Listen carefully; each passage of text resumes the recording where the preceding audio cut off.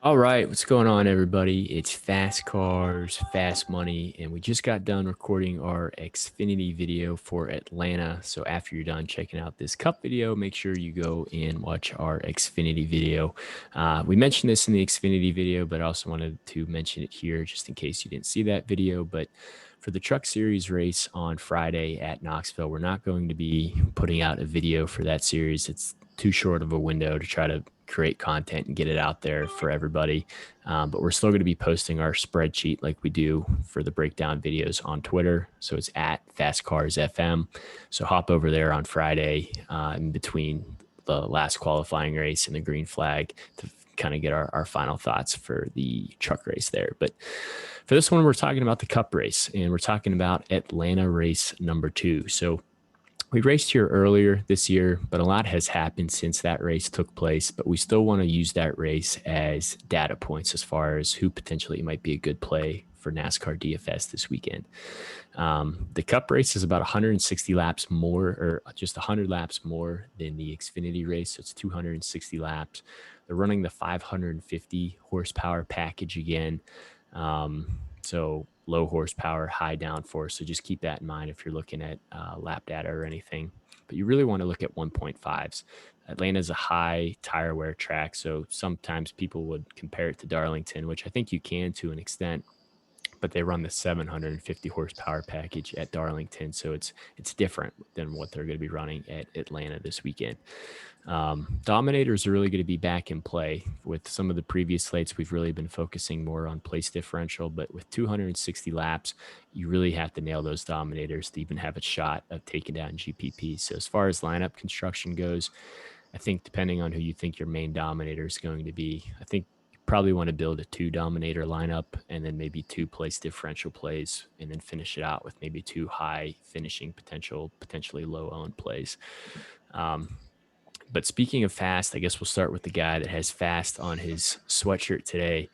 Why don't you break down the top range for us, Kev? All right. I think for once, Draftkings nailed just about everybody in this try range, with the exception of Harvick. I don't really know why he's almost $11,000. I think it has to do with the fact that he's starting in the back, but he hasn't shown anything this year to make him worth that much. So we'll just forget about him. Everyone else thinks good. Start with Kyle Larson. I love Larson this week, as always. He's priced down just a little bit compared to normal, and he's starting 6, so offers you a little bit of PD there potentially. He's still the driver to beat on the team to beat, so I don't think much more needs to be said about that. Another guy I really like this week is William Byron, starting 19th, finally get him kind of back in the field a little bit where he can capitalize on all these top 10s and everything. That being said, I have a feeling he's going to carry a good bit of ownership this week. So personally, I might kind of shy away from Byron a little bit, even though I really like him this week, and go for someone like maybe Alex Bowman, pretty much the same equipment, starting pretty much the same spot for a lot less, but we'll go back to where we're supposed to be in this 10K range. Ryan Blaney's another great guy to have this week, starting 15th.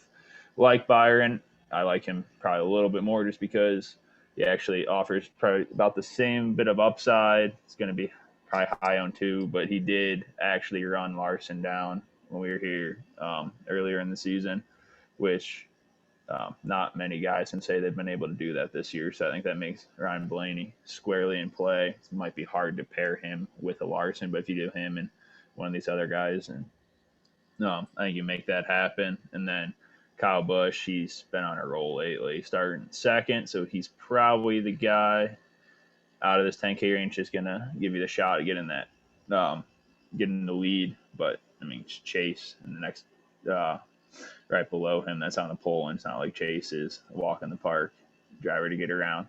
But yeah, I think I really like all these guys. It's going to be probably just a mixed bag. Have a couple lines with a mixture of these guys. I don't really think you can go wrong with any of them, with the exception of Harvick. I don't really know why he's there. Yeah, I agree. Larson is definitely the driver to beat week to week, and we've seen that every single time we come to a mile and a half, and at the other tracks as well. And starting 6, like Kev said, he does give you a few place differential points, but if we're paying up for Kyle Larson at 12K, we really need him to get up there and lead some laps, and I really think he does that because we saw him dominate this race when we were here back in March, up until Blaney was able to get him there in the last few laps, and yeah, I will touch on Harvick. Harvick starting 21st. He does offer like a decent amount of place differential points. This is just like the most expensive we've seen him all year. And Atlanta has notoriously been one of his best tracks. We just haven't seen anything out of Stuart Haas this year to really think that Kevin Harvick could get up there and lead some laps. I mean, he doesn't necessarily have to lead some laps starting 21st, but if he only gets up to 10th, the guys like William Byron or Ryan Blaney, those guys will likely finish a little bit better than that and be better plays than Kevin Harvick because they have a chance to get some fast laps as well, which is why we have them at low interest there. But yeah, the rest of the 10K guys outside of Harvick, I don't see how you can go wrong playing any of them, other than maybe Kyle Busch starting second. If you're playing him starting second, you really need him to lead some laps as well, which he definitely can. But I would consider him more GPP this week. Yeah, I think you guys really nailed it there. I mean, between Larson, Bush, and Byron, if you look at the 550 package that they run, those three drivers have, like results wise, have been running the fastest and getting the best results. So I think if you could get two of those three in your line somehow, that's a really good starting point. And then you can kind of drop down and maybe try to find some good value a little bit lower on the slate. So I know Kev talked about him a little bit, but I think Alex Bowman's a really good play this week. He's probably going to be high owned just because of where he's priced and where he starts, but he's in the same equipment as Larson, Byron, and Elliott too. So, but he's the cheapest of them, and he starts, relatively far back too. So he's maybe a third potential dominator, maybe not as likely as a Larson or a Bush or a Byron, but the chances of him leading laps are there. So you always feel good about plugging a guy in to your line that offers place differential, finishing potential, and the upside to potentially lead laps. So I love Bowman this week. All the other guys I think are just GPP only plays. Like if you can see Elliott holding the lead, maybe you play him, but I'm not super confident in it. Same with Hamlin. Like Hamlin's been running well and getting consistent finishes. He just hasn't been dominating races. And in starting third, you really need him to pick up some dominator points. Keselowski is just, I don't know, he just doesn't show up often enough for me to at least to consider him. But when he does, he usually knocks it out of the park. And then Truex is really in a slump right now. He started this season off really hot. He, got 3 wins very early, and he looked like he was going to be one of the favorites going into the championship 4. But over the last month and a half, he's really cooled off a little bit. And starting 5th, he's very similar to Hamlin, where he really needs to lead you some laps to kind of pay off. But I will say $9,000 for Truex is probably the cheapest that we've seen him in quite a long time. Yeah, man, pretty much agree with you here. I guess I already kind of touched on Bowman. He's probably, or obviously, kind of our favorite play out of this whole group. And then Chase, I'll touch on him a little bit. He's a little bit cheaper than those 10K guys. He's starting on the pole, so does offer, those potential early dominator points. But I always seem to get screwed by the pole sitter whenever I play them. I don't know why that is. Just bad luck. I mean, Chase is skilled driver and good equipment. There's no reason he shouldn't be able to kind of hold on to this lead, but it's always kind of hard to trust that pole sitter and do so. Like we said, kind of GPP, kind of medium. Yeah. Yeah, I mean, in this range, you guys nailed it. Bowman is definitely the play, and obviously we like Chase as well because he's in a Hendrick car. And I honestly think Chase is going to come in pretty low owned this week just because of him starting on the pole and the other Hendrick cars above him in the 10K range that offer place differential and dominator upside as well. So he'll probably come in low owned, but I'll probably have him in a lineup or two just because he can easily get out there and lead the early part of this race. I believe there's a competition caution on lap 25, so that does kind of suck. But if you can get out after the out of those first round of pit stops and maintain the lead, he can definitely hold on there for a while. But if we drop one down here to the 8K range, not really a big fan of a ton of these guys in this range. I like Chris Buescher. He just got an expensive price increase this week, up to $8,600. I mean, we've seen him run in the top 10. I think he finished 7th or 8th here at the first Atlanta race. So he's got top 10 potential, and that would pay off the $8,600 price tag. But if he only has like an average race and finishes 14th or 15th, paying $8,600 is a lot for that. So if you think he can, I mean, he has run well in this 550 package all year, and I might have him in a few lines, but I'll probably have lower exposure to him than normal just because of the price increase. And outside of him, I mean, Logano's relatively cheap this week, cheaper than we've seen in most weeks. He does offer a few spots of place differential, but he doesn't really have that dominator upside that you're really looking for from or any guy that can get fast laps from this range. So outside of Busher, there's really nobody in this range that I like. Yeah, this range probably is going to get overlooked just because if you're stacking in those really expensive 10K range, it's going to be hard to get here. But it is crazy to me to see Chris Buescher at $8,600, $200 cheaper than Joey Logano. For me, I would probably take Logano over Buescher just because of his equipment alone. I think is obviously going to be better than Buescher's, even though Buescher has been performing really well this year. It's just hard to justify plugging in Chris Buescher in an RCR card, $8,600, especially when his teammate Newman is like one of the cheapest guys on the slate at $6,100 and starts even further back in the field. So it just goes to show you how well Buescher's been running this season. But what about you, Kev? Anything else to add there, or should we just drop down? No, I mean, we could drop down. I think the secret's out on Buescher. He's not that sneaky value play he's been the last few years. He's actually performing well this year, and probably priced accordingly, to be honest. But yeah, in this range, I think Daniel Suarez is our clear favorite. Starts 27. He's priced up a little bit because of that, but I don't hate his price. I think this price range fits in pretty good. Starts 27 because of what happened to him last week. But he's been, we say it pretty much every week. This dude's been outperforming everyone's expectations. His team as a whole has just been kicking ass. Constantly hear his name in the top 10, top 12.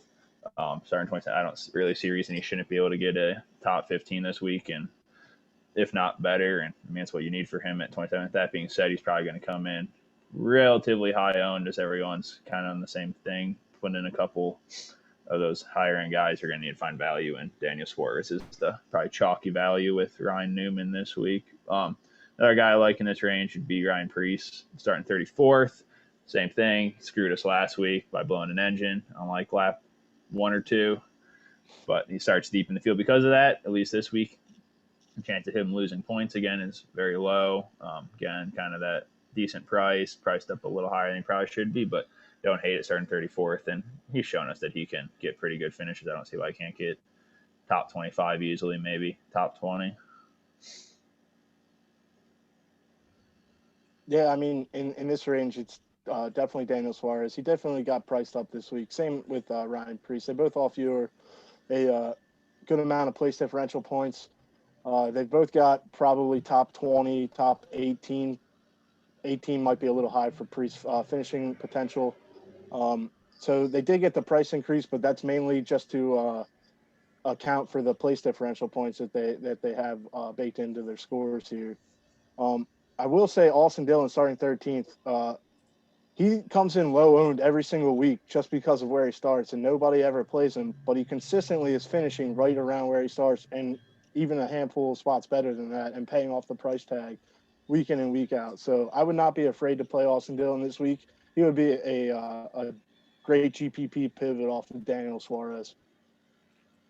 Yeah, that's a really good strategy call. And sometimes that's all it takes is just one or two pivots. Sometimes it's literally just one pivot off of kind of the obvious chalky plays to make your lineup, different enough to jump over all those lines that potentially might be duplicated. But for the 6K range, I really like Stenhouse.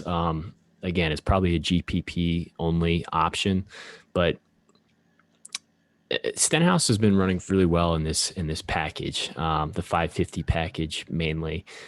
He's really cheap. He starts 16th. I think he's a good GPP option, and he's probably a potential pivot off of the Ryan Newman chalk, which it's going to be hard to get away from because he is so cheap and he does start deep in the field, and he has been running well with this 550 package.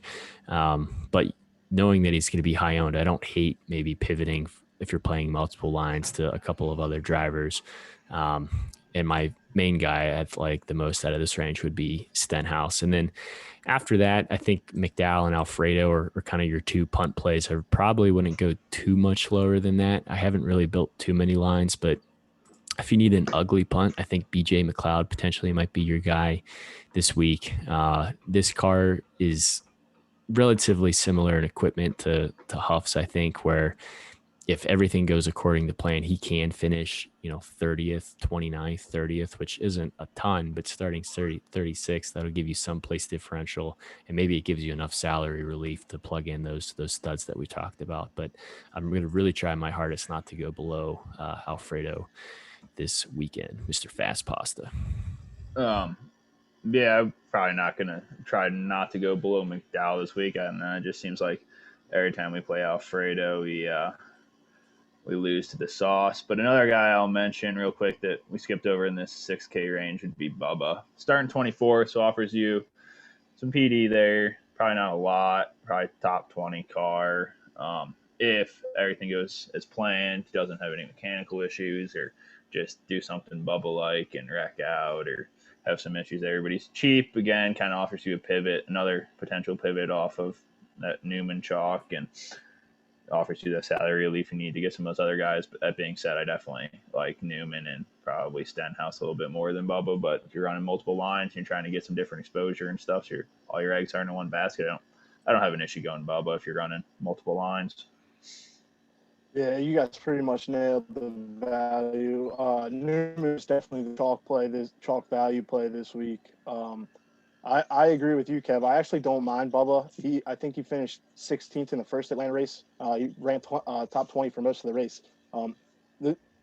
This 23 car should be better than we've seen it run, but it is a top 20 car just about every week. So he's got 4 place differential points right there just for the taking, and he can definitely finish a few spots ahead of that as long as he stays out of trouble. He would probably be my favorite GP pivot off of Ryan Newman. I do like Stenhouse as well, starting 16, because I think he'll be a little bit lower owned, and I will probably have more ownership on him than the field this week. And then I agree with you, Kev. I probably won't go below McDowell this week either. Every time I've played Anthony Alfredo, it just has not worked out for me. And in the weeks that everybody else plays him, he does well, and I just get mad about it. So I just don't think I'm going to play him anymore. Yeah, I played him a lot early on in the season, and it did not help me too much. But hopefully this helps you, though, for the Atlanta weekend. Like I said, we have our Xfinity video up, and then obviously the Cup video, which you guys are watching. And if you've made it all the way through to this point, you guys are obviously a fan of the channel. So subscribing, if you haven't, really means a lot to us. Liking, adding any questions or comments you have down below, we'll make sure we get back to you before the slate locks. And just a reminder, you can find the spreadsheet for yourself over at Fast Cars FM, and we'll have any adjustments or tweaks to these spreadsheets before the slate locks on Saturday and Sunday. But that's gonna do it for this weekend, and we will catch you guys next time.